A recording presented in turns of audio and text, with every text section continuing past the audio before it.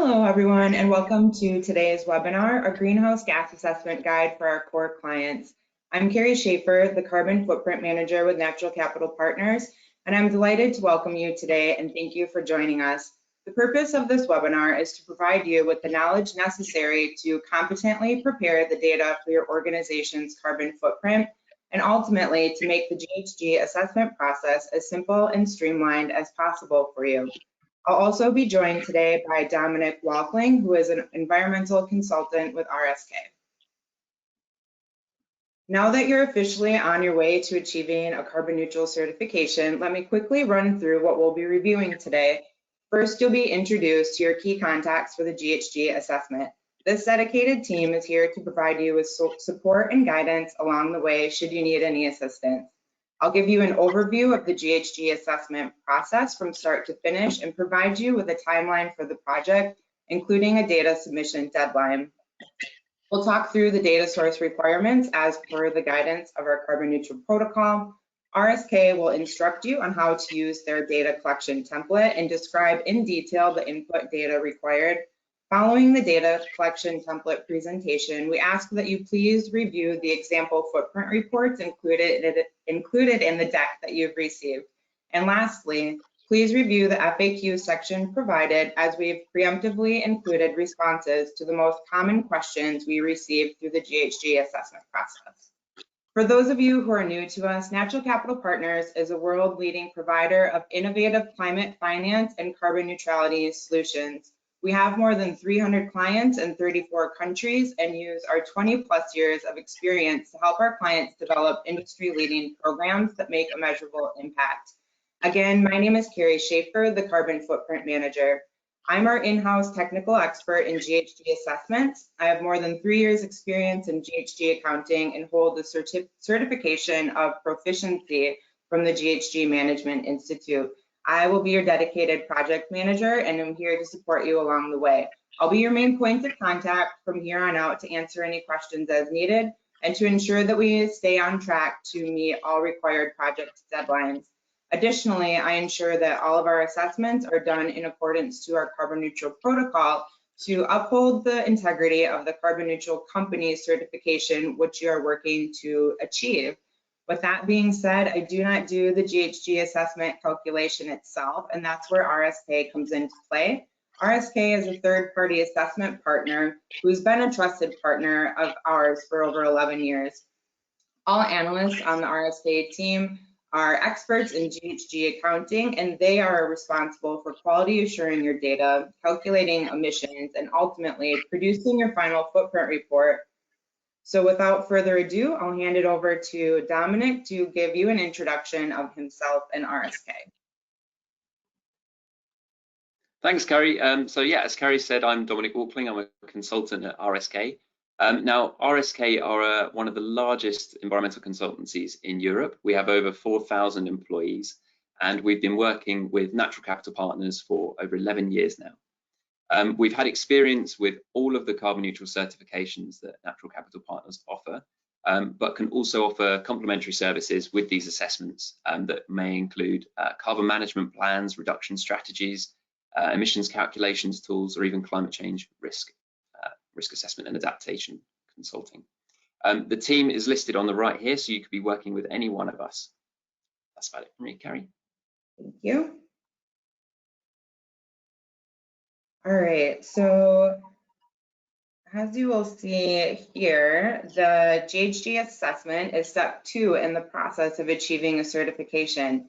In this step, we are measuring or essentially calculating your organization's carbon footprint accurately and conservatively. The end result is an amount of carbon equivalent in metric tons, which will be reduced to net zero through both internal reductions and from financing projects which deliver verified emission reductions. A few key things to note about step 2 in the measure section is that you will have already received a customized GHG data collection template. That template is to be used to organize and input your data. Dom will be reviewing that template in just a bit.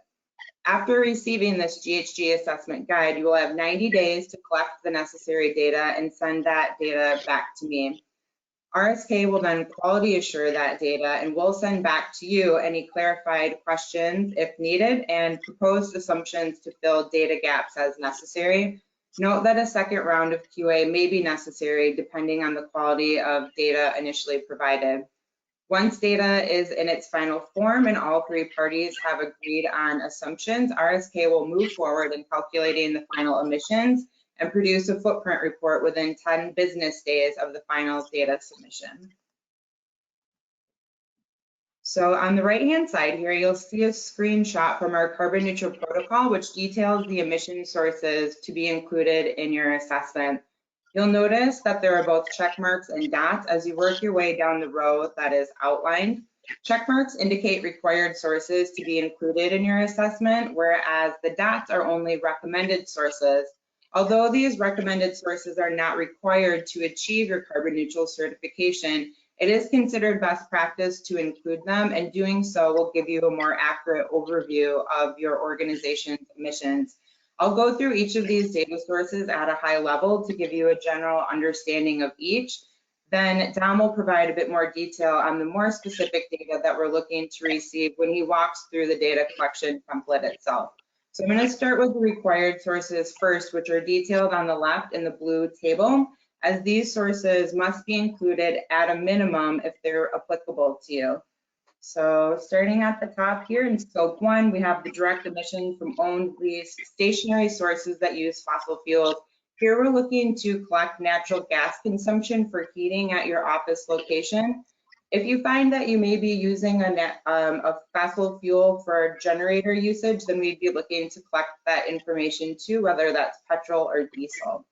Secondly, in scope 1 is the direct emissions from owned or leased stationary sources that emit fugitive emissions such as refrigerant gases. So here we'd be looking to collect data if you have an air-conditioned office location and there was perhaps a leakage to your air conditioning unit. So we'd be looking to collect data about the refrigerant gas that had to be put back into that unit. It's often called the top-up. Third, in scope 1, we have the direct emissions from owned or leased mobile sources. This would be if you had any company-owned vehicles, whether that's cars for executive usage, or perhaps you may have a fleet of vans or trucks. In scope 2, we have the emissions from the generation of purchased electricity or steam. So here, just as it sounds, looking to collect information regarding your electricity consumption at your office location, or if you use district heat or steam.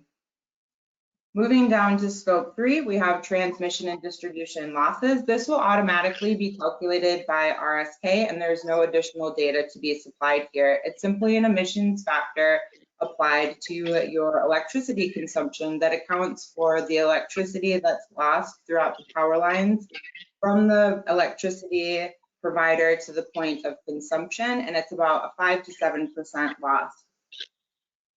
In scope 3, next we have upstream transportation and distribution. This is most likely not applicable to you.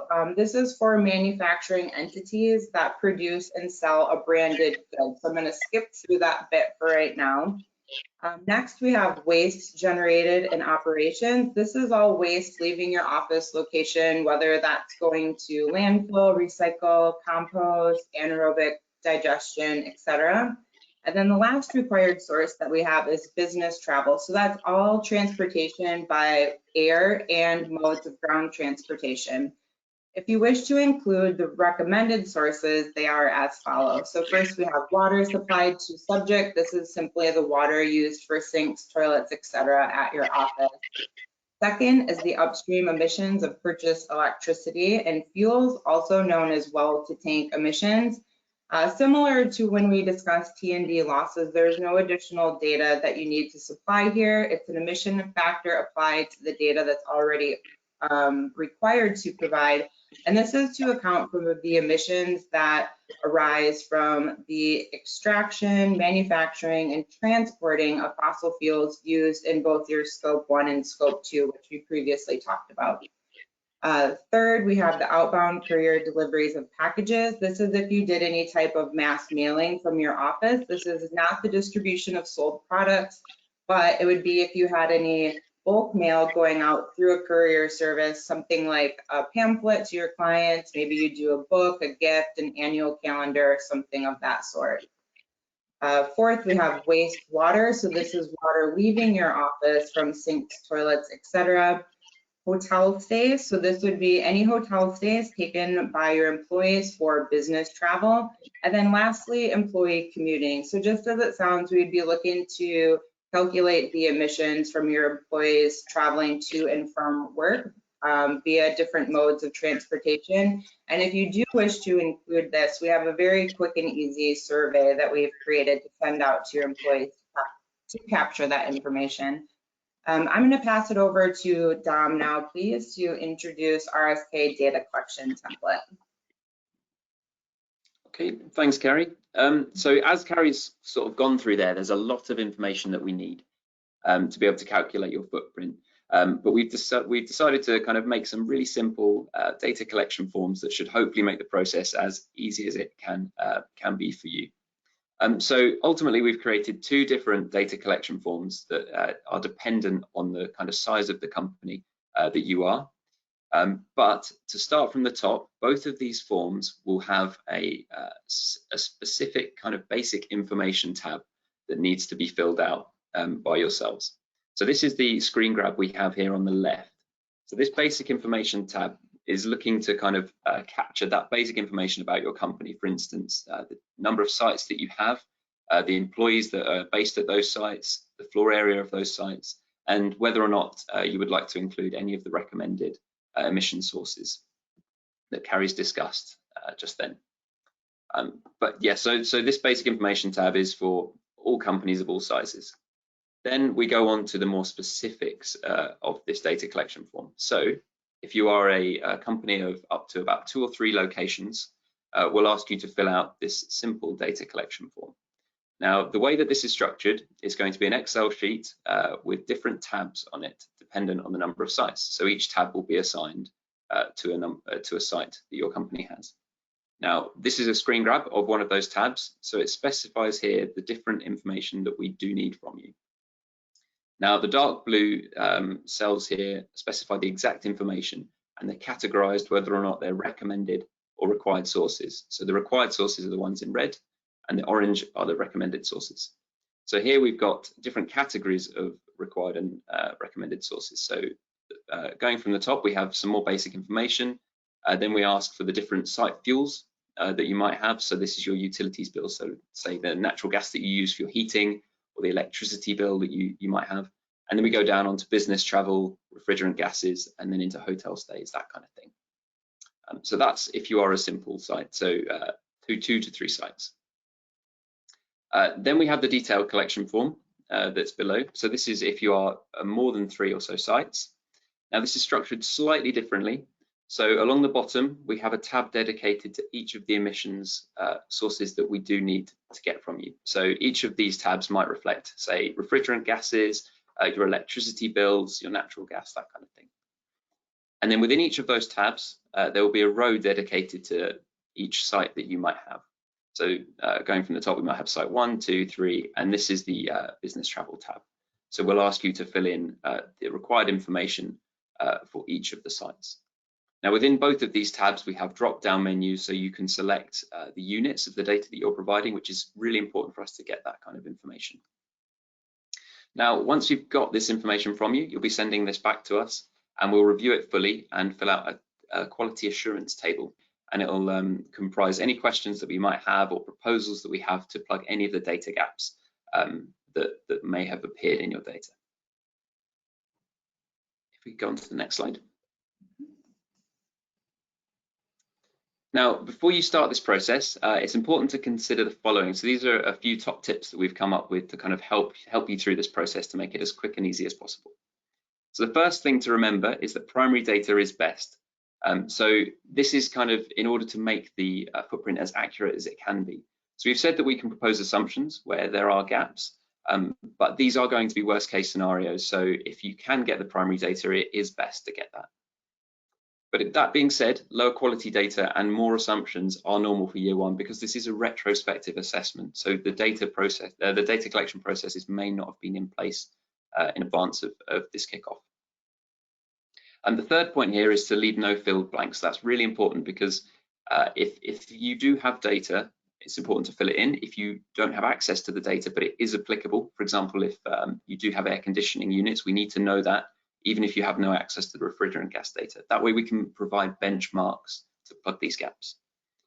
The fourth point is to check the units are correct. So, for example, if you're reporting your electricity bills, it's important to check whether it's in megawatt hours, kilowatt hours, or the water bills, is it in meters cubed or liters, just so we do get the footprint as accurate as it can be. Lastly, it's really important to specify which of the recommended sources you would like to include.